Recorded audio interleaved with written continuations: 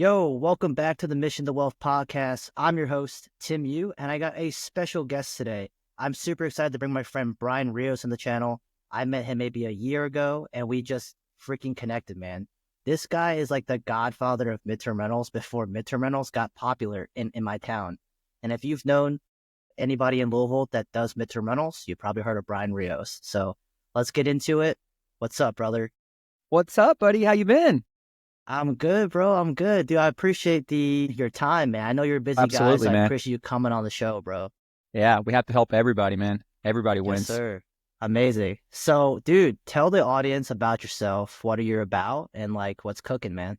Yeah, so I'm actually from Mexico City. So I am an immigrant who moved here with my mom when I was 9 years old. And my dream was to climb the corporate ladder. When I was little, I watched a movie and I saw this guy that he worked for a large corporation. He would travel the world, go to the cocktail parties, hang out with the ladies. So growing up, that was my dream. And so I went to IU and got my business degree.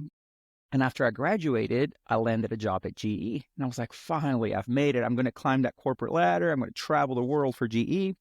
So I bought a new house and I bought a new car. And about 3 months later, they called me and they're like, hey, listen, since you're the newest team member that we hired, we're downsizing and we're going to have to let you go. I was in my mind, I'm thinking, what? You guys literally just hired me and I bought a new house and I bought a new car. My son finally has his own room. So I'm not going to lie. I went home that night and I cried. But the next day I woke up and I told myself, I am not going to lose my home. I am not. So back in college, I was a server. I was a Yeah. server for over 15 years. So I decided, okay, I'm going to go back to serving until I find that next corporate job. And also back in college, I rented a house out. And whenever I rented that house out, I got some college buddies that would help me pay the bills and the mortgage. And at the end of the day, I wasn't necessarily making any money, but I was pretty much living rent free. I only had to come up with $25, maybe $50. But this go around, it wasn't college roommates that I got. It was actual working adults that could afford more in rent. And after 3 months go by, I'm scratching my head and I'm looking at my finances and I'm thinking, there's no way. Not only are my bills getting paid for, the internet, the electricity, the water, the mortgage, the taxes, the insurance, all that's getting paid for.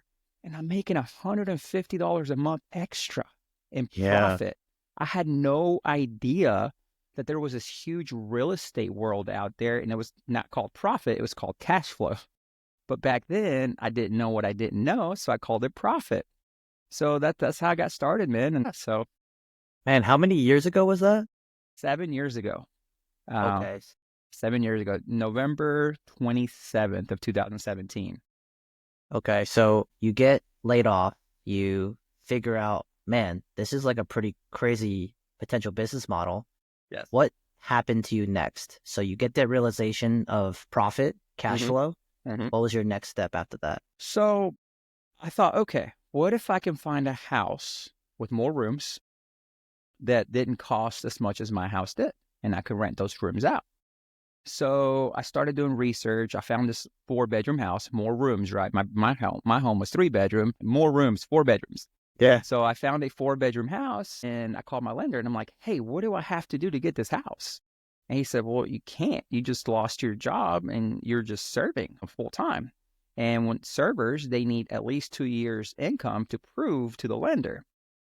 So I was like, don't tell me no, tell me how. How can I get this home? And he said, okay, how much is in your savings account? And I told him, he said, okay, you're going to have to put all of that down and your mom is the one that's going to have to buy it. I was like, done. My mom, she's been my biggest cheerleader, man. Mm-hmm. She always supports me with every crazy idea I've ever had. So I called my mom and I'm letting her know, hey, I'm going to put an offer on this house, but you're going to have to be the one who buys it. She's like, yes, honey, whatever you want. My dad, on the other hand, that's another story. He's very old school. And so I told my realtor, hey, go ahead and put the offer down on this house, but tell the sellers that I'm not just going to give $1,000 earnest money. That's all they were asking for. I'm going to give them $2,000 earnest money. And she said, well, why would you do that? And I said, because if I don't do that, I'm going to talk myself out of this situation. I know me. I'm going My to think of gosh. every reason possible to talk myself out. And back then, $1,000 was a lot, but $2,000, unheard of. Yeah, you're committed. So for sure, 100%. So the sellers accepted, and all the way up until closing, man, I was so nervous. One, I've never advertised for a tenant, right? I've always advertised for roommates. Hey, come live with me in my home and I'm going to keep the peace. But this time I was scratching my head. I'm like, I've never advertised for a tenant. I'm not going to be living in the home. What if all kinds of chaos happens between these strangers, right? Because I've always lived in the home to keep the peace. Mm-hmm. And then I thought to myself, okay, I'll stay in one of the rooms and I'll rent the other 3 out. I was like, no, because then I'll be breaking even. And I'm not doing this to break even. I'm doing this to make profit. So for 2 weeks, man, or 2 or 3 weeks, all the way up until closing, I was just I couldn't sleep. And the day of closing, the sellers gave me the keys and I went to Lowe's, made a copy of it, and I met my first tenant I've ever had at that home that same day. And then 2 weeks later, the house was filled, man. All 4 rooms were filled.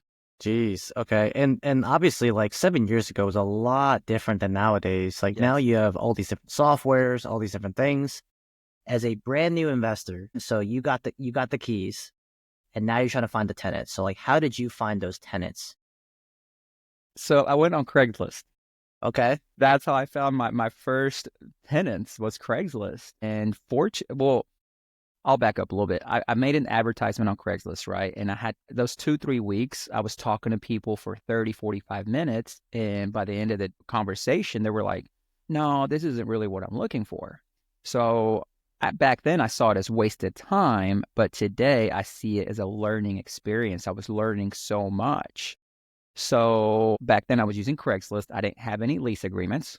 I didn't. I just handshake, cash, that's it. And it's funny that you bring that up because about 2 or 3 months after I already had the house full and all that, all the tenants, the residents, they were having problems amongst each other.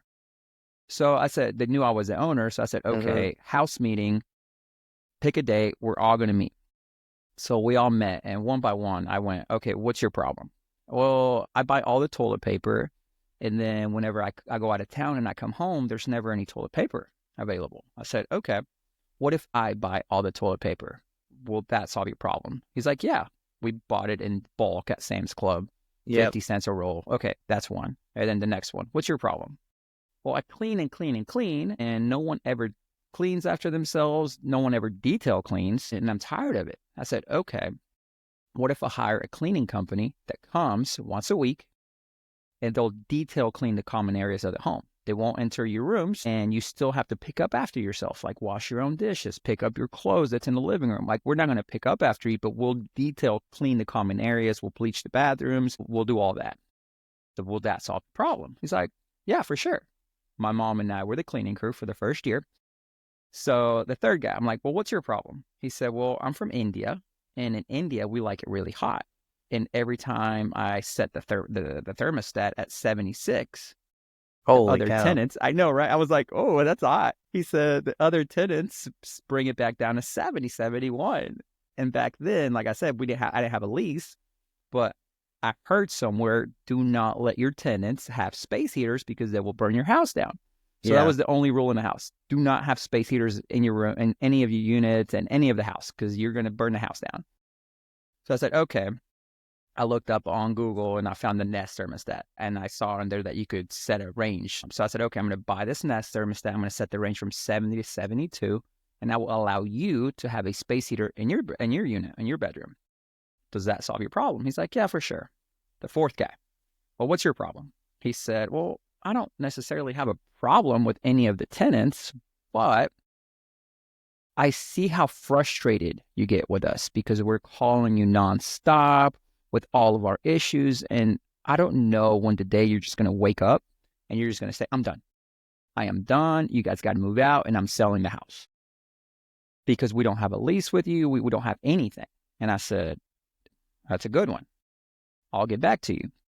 So for the next 2 weeks, man, I went into my basement and I did research. I researched LLCs, how to build a website, lease agreements for 2 weeks straight, man. And I went 5 days without showering.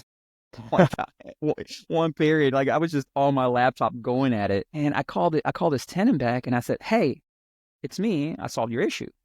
He said, you did? I said, yeah. He's like, how so?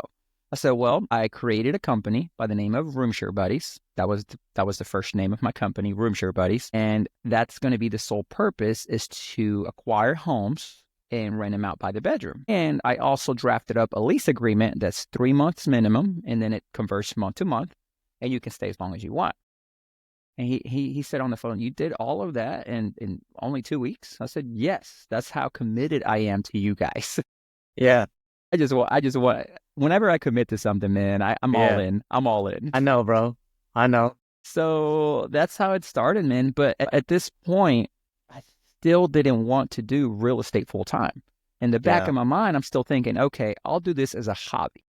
I'm going to do this as a hobby until I finally find that corporate job where I can climb that corporate ladder. So that's how the company got started, man, renting out by the bedrooms. That's dope. Well, we're going to dive into that mindset shift too, because a lot of people, including myself, like, you know me, man, like I did the same thing 2-3 years ago. I was like, man, I just want to buy a couple houses, retire from my job and just be chilling. Yeah. And then obviously, like, fast forward many years later, now we're like, man, this is like crazy. But I want to highlight what you were saying, that you literally put these tenants in the property without a lease, right? Now, not recommended, but I want to commend you. Absolutely. I want to commend you by taking imperfect action. Yeah. Right? Every single person that we probably talk to that are beginners, that are trying to get started, and I want you guys to hear this message. This dude bought a house, figured out how to buy a house. He did not take no for an answer. And the second thing is, he didn't know what to do, but he just did stuff. Now, he lucked out that he had good tenants. He figured it out, all that stuff. But the thing is that he took that action and realized, oh my gosh, I need to make this into a more professional business model with leases. Yep. Right? Absolutely, man. You want to 100%. take risks, but like, my gosh, like that, I just wanted to highlight that, bro, that you took that Appreciate action. that. And that's the biggest thing. So let's shift gears about that mindset. So you are still looking for that corporate job. Yes. What shifted that mindset for you to be like, nah, man, this is way too small for me? Okay. So like I said, I finally had a business, right, called Roomshare Buddies. And back then I was talking to my buddies about it because I was still serving and I was doing it as a hobby. I told one of my buddy Casey, what I was doing. And he mentioned to me, I know this guy, he lives in Tennessee. He's a pharmacist. He wants to get into real estate, but he just doesn't know how. I ought to connect you with him. I was like, yeah, for sure. So that was it, right? And then during those next few days, I was having a hard time finding that corporate job. Yeah. And I remember thinking, okay, I'm going to buy another house. I'm going to see what it takes for me to get another house, a 6-bedroom this time, right? I went from 3 bedrooms to 4 bedrooms. Now I'm going to go 2 more. I'm going to double that. So 6. So I get online and there's a few 6-bedroom houses in Louisville. And I remember I messaged Casey that night and I said, hey, what's your buddy's contact information? He didn't give it to me. I saw he read it on Facebook. It shows you that little red sign. He didn't give it to me. I was like, okay, I'm just going to go on your friend's profile or on your friends and find them. So I did. I dug through his friends list. I found the guy that he was telling me and I sent him a private message, man, this long paragraph. I said, hey, my name is Brian. I'm good friends with Casey. He told me that you're interested in investing in real estate, but you just don't know how you can get started. This is what I'm doing. I'm buying a house. I've been doing it. I'm buying a house. I'm renting them out by the room. This is how much money I've made, and I'm just wondering if you would be interested in investing with me. This long, man. A lot more detail than that. He read it and didn't answer. Okay. He's not interested. 1 day goes by, 2 days go by, 3 days go by. On the 3rd day, man, he was like, I'm in. I said, wait, what? You're in? He's like, yeah, I'm in. For how much? For the full amount, for $60,000. Let's go. It's like, oh my God, okay, good. Let's do this. So not even a week later, man, I found a house in Louisville and we were touring it.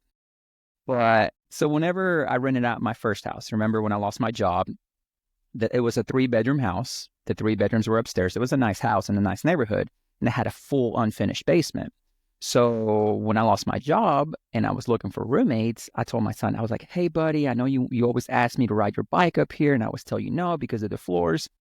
This is what's going to happen. You and we're going to move all of our stuff to the basement and we're going to be roommates and we're going to have a blast. You can ride your bike. You can ride your scooter, whatever you want. But we're going to move to the basement and we're going to be roommates. We're going to be hardcore roommates. He was so excited, man. Yeah. I didn't have the heart to tell him, hey, daddy lost his job and I don't know how I'm going to pay the bills. So I'm going to rent out the rooms upstairs. And he was young, man. I don't even think he would have understood.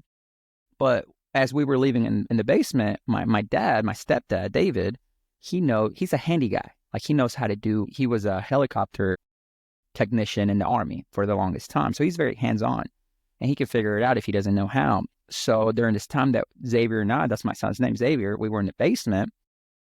Whenever he would come over, one day he's like, I can help you remodel the basement if you want. We can put floors, we can put a wall, we can do drywall, we can put a bathroom right there in the corner. We can put Xavier's bedroom over here. It's going to take a while, but we can get started. I was like, yeah, let's do it. So fast forward to what I was just talking to you about with this investor. So he flies in, I find a house, and I remember this. I vividly remember this. Robert is his name, the investor. David, my dad, and myself, and the realtor, we were walking this house, right? And it was an Airbnb back then, but 4 or 5 of the rooms were just horrible. They had them locked. Yeah. They didn't let people in there. So I ran the numbers, and we were walking the property, and my dad, he's pointing things out that needs to be done. And I remember, okay, he pointed everything out. And I look over at my dad in front of Robert, my new investor, and I ask him, okay, so how much time and how much do you think this is going to cost? My dad looks at me, he says, I have no idea. I just know how to do the work. I have no idea what materials cost. I have no idea how much time it's going to take. I have no idea. And Robert gives me this like fear in his eyes, like, who the heck am I getting myself in bed with, right? Did you guys already buy the house? No. We hadn't bought the house at this point. So I look at Robert and I tell him, I'm like, hey, Robert, listen, I have over $120,000 in personal credit cards that I can put towards the material. And then my dad and I, we will work day and night. We will work for free if we have to make sure that this home is remodeled. I give you my word that we will make this work. And you could tell he wasn't as nervous after I told him that in front of my dad. Now, my dad's face, on the other hand, he was like, for free? So we ended up closing, and this house needed work, right? So we didn't have a tenant lined up. So after closing, Rob gets in his car, and he's following my dad and myself because we're going to go out to eat. And my dad looks over at me, and he says, you did check zoning, right? Oh my God, that zoning? No. What the heck is zoning? I thought you could just buy a house and do whatever you wanted with it. He's like, no, you cannot just buy a house and do whatever you want with it. The city has to allow you to do it. So, man, I am panicking in the car, and I get on my phone and I start doing research. What is zoning? In Louisville, I'm sure you already know this, but for the audience that doesn't, Louisville is very strict on renting out by the rooms. They just are. And rooming houses are actually considered boarding homes. But I found a website that was going to show me the zoning. And after like an hour of research, I found out that running it as a rooming house, we would have to be zoned office, residential, or higher density. So my heart was pounding, okay? And I found a website that tells you that you can just put the property in and it'll tell you what is zoned. And I remember thinking, oh my God, please, like, man, this house, please make it be zoned correctly. I will work until whenever you tell me I can't work anymore. So I remember I hit submit and it was zoned correctly, man. It was zoned correctly. And only OR2? Was it OR2? OR2. And only 10% of single family residences in Louisville are zoned OR2 or higher density. 10% of single family homes. And at that moment, man, I told myself, okay, I almost lost this investor's $60,000. I almost lost it by not doing my research, being uneducated, and still thinking about getting that corporate job. So I said, okay, I'm going to educate myself. I am going to educate myself. So after I found out it was zoned correctly, that same ride home, I researched, okay, how to gain more real estate investing education, all that stuff. And I found CREA. It's our local Kentucky Real Estate Investors Association, and they were having an event that Thursday. So this was like Monday or Tuesday, and I remember I messaged my mom, and I said, hey, Mom, do you want to go to this event with me? It's a real estate event. They talk about real estate. I don't know what it is, but do you want to go with me? And like I said, my mom, yes, honey, yes, whatever you want. So my mom and I go to this real estate event, and we're hearing these guys and these people, these ladies, they're like talking. I've been in real estate 30, 40 years. I have 22, 30 properties. And I remember my mom and I looking at ourselves like, Wow. how is that possible? Like, we were just dumbfounded by it. Yeah. And during that event, one guy told me about, he informed me about the book, I'm sure you already know, Rich Dad, Poor Dad by Robert Kiyosaki. And I told him what I was doing. And he's like, I would highly advise you start with that book. So I did that. On the way home. I downloaded it on Audible and I was listening to it, man. And that night, I'll never forget. He says in that book, Robert says it. He says, don't work for money, have money work for you. Mm-hmm. Another light bulb went off. What am I doing still trying to climb that corporate ladder where I'm just a number to them? GE, for example, I'm just a number. They let me go without any remorse. What am I doing climbing that corporate ladder, still trying to climb the corporate ladder when I have something here? I'm making not a lot of money, but my primary residence is making around 150. That second home, that 4-bedroom, it's making about $600 a month in cash flow profit. I still didn't know that it was called cash flow. And this new 6-bedroom house, it's probably going to make around $1,000, but I got to split it with Rob, so I'm going to be making around $500. If I can keep growing that, eventually I'll get to a point. I started doing the math. If I can get to 100 bedrooms, I will be living the life. Yeah. Wrong. No, I was wrong. I had no idea. CACs, maintenance expenses, Yeah. property management. See, at this point, I was still thinking, okay, I'm going to do it all by myself. It's just going to be me and my family. We're going to save all kinds of money doing it that way. No. My gosh. I was way off, man. I think, man, there's so many nuggets to kind of unpack there. If you guys are in Kentucky, the website that we're talking about is Logic. So Logic will allow you to look at all your properties. I know there are a lot of listeners that aren't in Kentucky, but that's just a resource for you. And then second, like what he talked about with zoning, my gosh, it takes like an arm and leg to like change the zoning from your city for anything. So basically a lot of investors, like they'll actually sell their house here in Louisville with the OR2 zoning at a premium because they know we would pay extra money for that. And to your point with that, we actually bought a property in Louisville, and it took us 6 months and $14,000 to get it rezoned. And that's why we're like, we're done. We're not buying anything else. And you're not guaranteed. You're not guaranteed that they're going to change it. Yeah, because you have to hold a neighborhood meeting, and then all the neighbors have to go. They got to say if they agree, and then you got to tell them what you're doing with the property. It was an uphill battle, man, from day one, changing the zoning.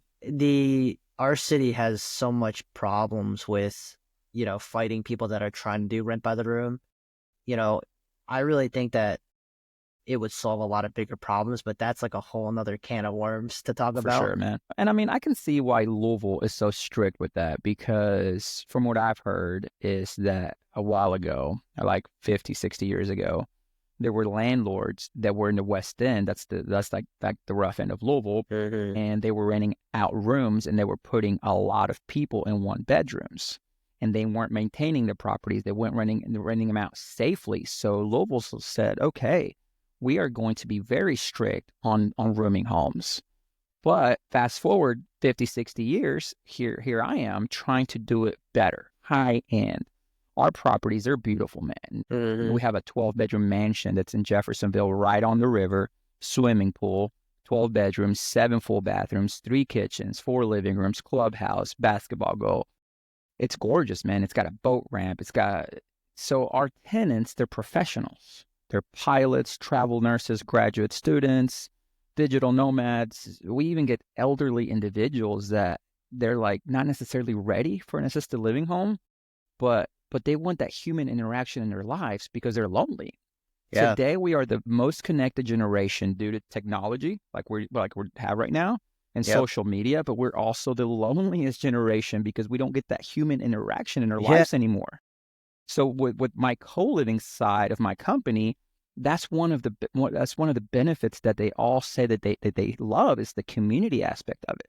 They get to meet new Yeah. people that have been vetted. We do background checks. We do income verification. We do credit checks. We don't just let anyone come to us and stay with us. Good. I love that your co-living is because like this is not a diss at Pad Split, right? I love Pad Split. I got a lot of friends that do Pad Split, but Pad Split is very, when you look at the properties, they're very generic, right? They're cookie cutter rooms. They're, very, very plain Jane. And they charge you like $300, $400, $500 a week And they for charge by those the week. rentals, right? I love how you guys do a strict, hey, month rent. Mm-hmm. It is luxury. Mm-hmm. I love looking at your listings because it's like you said, they're paying, I think one of your rentals, the one in Jeffersonville is like what, 800 to like 1,000 a month? It's 900 average a month per Okay, bedroom. so 900 average a month. They get access to a freaking pool. Yeah. They don't pay for Wi-Fi. They don't pay utilities. Awesome. They just throw their duffel bag in the room and then they get to enjoy all the amenities. So it's like, and we come through so once awesome. every 2 weeks and deep clean the homes. And we also buy all the toilet paper, paper towels, cleaning supplies, all of that. Yeah, it is like, it's Pad Split before Pad Split and it's better. So, but I mean, Pad Split has its own market, right? Because 100%. their niche market is the lower end. Yes. They're looking for affordability. Exactly. Our tenants, they have to come up with $1,800 a month just to move in. Just to move in. The deposit's 1 month's rent, and then they have to come up with that full month's rent. So Pad Split, I'm not sure how they do it, but I feel like that requirement is a lot lower than the actual. Yeah, it's very, very low because, I mean, they pay by the month, right? Or they pay by the week, so it's a lot less. It's a lot less like strenuous to like enter. But I know we kind of mentioned that. So obviously you have the co-living model in your business, and that's how you started. But I know you kind of mentioned to me off screen here that you're shifting into a more different business model. So let's kind of talk about that. Okay. And what you're working on with that. So the reason I had this mind shift, right? We have a fourplex in New Albany, and whenever we bought it, 3 of the units out of the 4 were 2 bedrooms, and then 1 of the units was a 3-bedroom. And my property manager, I still had the mentality of, okay, we're going to rent it by the room. We're going to rent it by the room. It's going to have this many rooms, and we're just going to do that. And my property manager, Jessie, she came to me and she said, okay, hey, listen, a lot of our tenants, they're asking for, because as human beings, our average tenant stay for our rooming homes, our co-living homes, it's about 8 months. Even though they're month to month, it's about 8 months. Our longest resident's going on 4.5 years with us. So just because it's month to month doesn't mean it's midterm. Like you could see it as long term. But anyway, so she said a lot of our long-term tenants, they want pets. They want a significant other, a boyfriend, a girlfriend. And in our co-living units, we don't allow that. We don't allow, it's only single occupancy and no animals. And she said, okay, so we have 2 of them that one has a pet and then one, her son want to move in. How about this fourplex? We rent those 3 2-bedrooms out as private. They're going to get it private, just that 2-bedroom. It's private to them. Same thing, though, fully furnished, month to month, all utilities included. And then the 3-bedroom unit, we'll rent those by the room. I said, okay, I don't know if it's going to work, but we'll try it. So with that property, our average room goes for $750. And I did the math. I was like, okay, so the 2-bedroom units, we would have to get at least $1,400. I know that's affordable. That's affordable for a furnished. Yeah, exactly. And I didn't think that we would get that much for a private 2-bedroom unit back then. This was like 3 years ago. And she said, no, I think we will. I said, okay, we'll try. We'll try it, but let's go ahead and set it up by the room just in case it doesn't work out. So we set it up by the room, but we rented it out privately. It worked, man. It worked. They pay $1,600 for a private 2-bedroom that we don't have to go under and clean because it's private. We don't clean the private ones. We don't have to restock any of the toilet paper, paper towels, cleaning supplies, any of that. And we're making more money. And we're saving a lot of net expense for having to clean them every 2 every 2 weeks. 100%. So exactly. So right now we're doing a hybrid. Hobnob, it specializes in midterm rentals, and then it has a section where we do co-living, rent out by the room. Our private midterm rentals range anywhere from $1,500 to $2,300 a month for the private ones. Amazing. Mm-hmm. Amazing. Okay. So I know you don't really dive into creative finance much. So, and a lot of my guests do a lot of creative finance. Okay. I want you to kind of touch base before we kind of wrap the show up is how you acquired a lot of these properties, because you went towards the conventional DSCR route and you could be very successful with it. Yeah. So yes and no. One of my most profitable properties is next to that 12-bedroom mansion. So I have two right there back next to each other. It's right on the river. And I got that property. Whenever we closed on this 12-bedroom mansion, I was kind of nervous. Okay, this guy is right next to us. We share a driveway with him. He has an easement on our driveway, but we still share a driveway. What's he going to say when he sees all kinds of cars just piled up? Yeah. So I was kind of nervous about that. And one day this massive RV pulls in, man, and I'm like thinking, oh my God, here we go. The guy, he gets out. His name's John, and he gets out of the RV. He kind of waves at me. Nothing, right? About 2 days later, he comes over to me, and he's like, "Hey, do you want to buy my house?" What, do I ever? Of course, I want to buy your house. And I asked him, I was like, well, "How much are you asking for it?" He said $350. So I ran the numbers. I was still going to rent it out by the room. And I was like, no, the numbers don't make sense, man. But it had a huge wraparound balcony on the top floor, and it was under the roof, but it was just a huge wraparound balcony without any exterior walls. And they would use that balcony to sit out there and just watch the boat races, and go out there and sit out and just beautiful view. And I said, okay. The numbers don't make sense, because I told him what I did. I said, the numbers don't make sense as a 3-bedroom, because that's what it was. It was a 3, 2.5. I said, but let me come over tomorrow with my property manager and my contractor and see if we can add any more bedrooms. He's like, yeah, that's fine. So that next day, my property manager and my contractor and his foreman, we toured the house. We was trying to figure out for like an hour, what can we do? So we settled at, we can add 5 bedrooms to that top balcony. 4 of them are going to have their own private balconies overlooking the river with their own dim lighting. And then the downstairs master bedroom is so big, we're going to cut it in half. And that's going to make 2. And then one of the bedrooms, we're going to add 2 bathrooms to it. So, okay.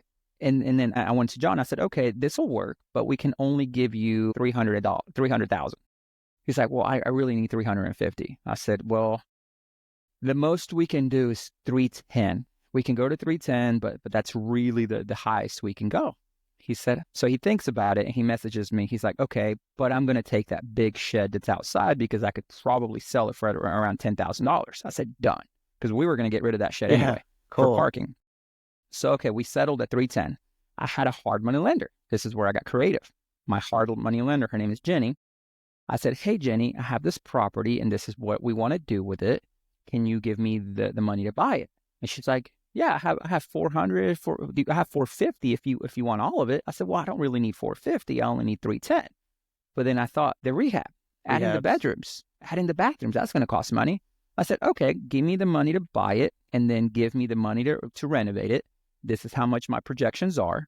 I was off by like maybe $20,000, but that's pretty small in the grand scheme of things. Oh yeah, very good. So she's like, okay, let's do it. So we did. She gave me a total of like $450 all in, with her interest, the payments, and all that. I was $450 all in, and I reached out to my DSCR lender, and they were going to give me a 30-year fixed. So after they came, they appraised the property. It appraised at $670,000, and I only had $450,000 in on it. So they gave me the option. Do you want to do a cash out refi, which is a little bit higher interest, or do you just want to do a rate and term, which is a little bit lower interest, but you don't get any cash back? I said, let's just do a rate and term. Like, let's just keep it at a rate and term. We'll pay Jenny back whatever we owe her. In that closing, I got a check for $800. So keep in mind, I don't have any of my own money on this deal, any of it. So I got a check at closing for $800, and I didn't have to make my monthly payment for 3 months, because they got that on reserves at closing. So essentially, I really got paid like around $9,000 because I didn't have to make that payment every month, and the house Yeah. was already renting. So I did that, and after it's all said and done, man, I am cash flowing around $2,100 a month on that house. That's paying my maintenance guy, my cleaning crew. It's a co-living home for ladies. My property manager, that's paying all of them. I'm pocketing $2,100 a month, and today I would say it's around $750,000 Yeah. So let's do without the any amount of math. money in it. Zero cash out of your pocket. So it's an infinite cash on cash return. You probably made over what, 300, 400, almost $400,000 in equity as well. Mhm. Yeah. How long was the reno? 6 months, 6 to 8 Yeah. months. Worth Yeah. it. Heck Oh, for yeah. sure, man, for sure. And I was So paying Jenny back with her own money. yeah, Like she gave me the lump sum and I was just using her money to pay her back. So I didn't even have to come up with any money out of my pocket to pay her yeah. back.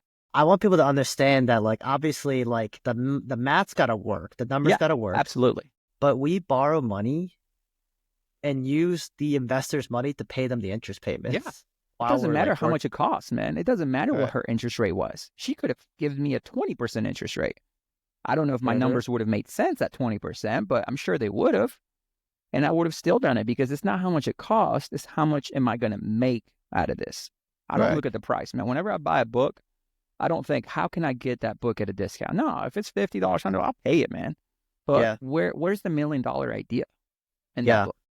It's the same thing with, dude, like how you think about, like, hey, if I buy a book, if I buy a house, whatever it is, it's the same thing with, like, real estate education. Like we've both paid, I don't even want to say how much money we've paid for education, but like the returns you get are limitless, Yeah, bro.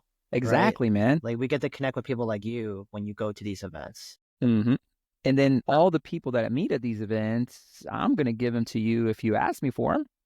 Correct. Same And way. then you're going to give me your connections if I ask you for them. But I mean, I don't know, man. A lot That's of just how it people, is. yeah. And I wish I would have thought like this whenever I first got started, man, because I'd be a lot further along. But then at the same time, I'm thinking to myself, maybe it's good that I didn't know everything I knew when I Well, first it's a got part of started. it's a part of the journey, and it's a part of your story. Yeah, exactly. It's not as cool if, like, we just woke up one day and we just knew how to do all this stuff. Yeah. You know what I mean? Like, I think it makes it way more enjoyable hmm as you're like, whoa, I bought this house with zero money in my pocket. Like the feeling that you got, like, Yeah. I can't even imagine, right? Like that feeling you get. Yeah. So no, I appreciate it, man. I appreciate you sharing. The biggest thing, so now we're at the 40-minute mark, about to wrap it up. This is where we like to showcase our guest. What do you got going on? What help do you need? And talk about where people can find you. Okay. Yeah. So you can find me at brianrios.info, BrianRios.info. And when you go to that website, you'll see all of my social media links, everything that I have going on, all of our investments that are coming up. I'm working on actually, no, I'm not working on it. I finished it, Midterm Mastery program. Love that. Yeah, so it's for a fee, of course, but I will mentor you. I will talk you through it. I will guarantee that you will get your first midterm rental with at least 10% cash on cash, or I'll give you your money back. I love Guaranteed. that, bro. Yeah, send me that link before so I can Oh, put it in absolutely. the YouTube Yeah. description. Dude, I'm telling you guys, like, I'm not a big sales guy. I'm not a big promoter, but this guy literally is the godfather of co-living. Prior to, like, all co-living stuff, Yeah. he's doing some crazy things with his midterm rentals, but check out his website. You're going to Yeah. learn a lot. And bro, I appreciate you coming on the show, man.